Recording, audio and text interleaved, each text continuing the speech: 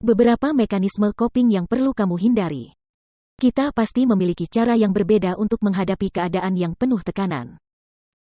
Mungkin kamu suka pergi ke kafe dan meminum kopi, atau mungkin kamu suka menyalakan musik dan bernyanyi saat kamu stres. Bagaimanapun, kedua jenis mekanisme coping ini baik dan sehat, karena tidak berbahaya bagi kamu atau orang lain. Tetapi ada beberapa mekanisme coping yang tidak sehat yang mungkin dapat berbahaya bagi kamu dan orang lain.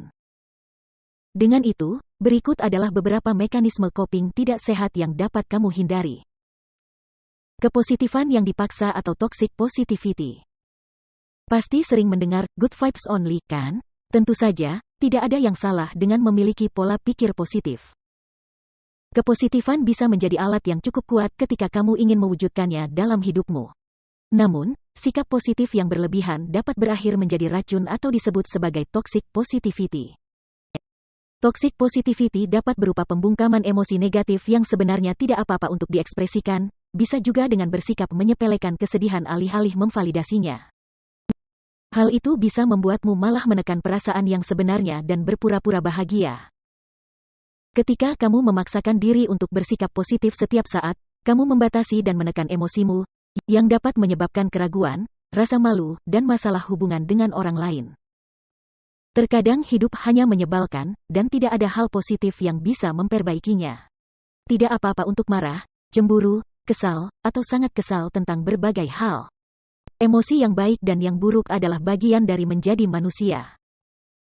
Mengisolasi diri. Mengisolasi diri secara sosial hanya karena kamu tidak menyukai orang-orang di sekitarmu, bukanlah kebiasaan yang sehat. Ini dapat membuatmu lebih sulit untuk menjalin hubungan dengan orang lain secara keseluruhan ketika kamu mengisolasi diri. Sebagai manusia, kita adalah makhluk sosial dan membutuhkan hubungan atau interaksi dengan orang lain.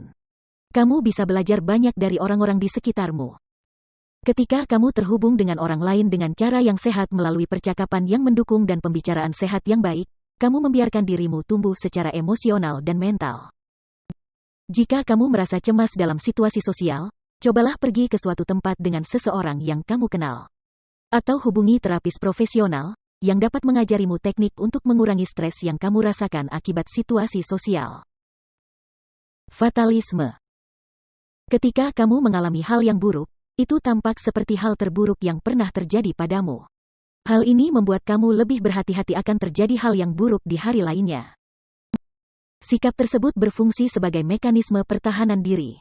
Tapi, perilaku ini mungkin menyebabkanmu stres lebih dari yang diperlukan. Tingkat stres yang tinggi dapat menyebabkan masalah kesehatan mental dan fisik yang parah, seperti depresi dan bahkan penyakit jantung. Cara untuk membantu mengatasi ini adalah, membiarkan dirimu memikirkan 5 hasil terburuk teratas.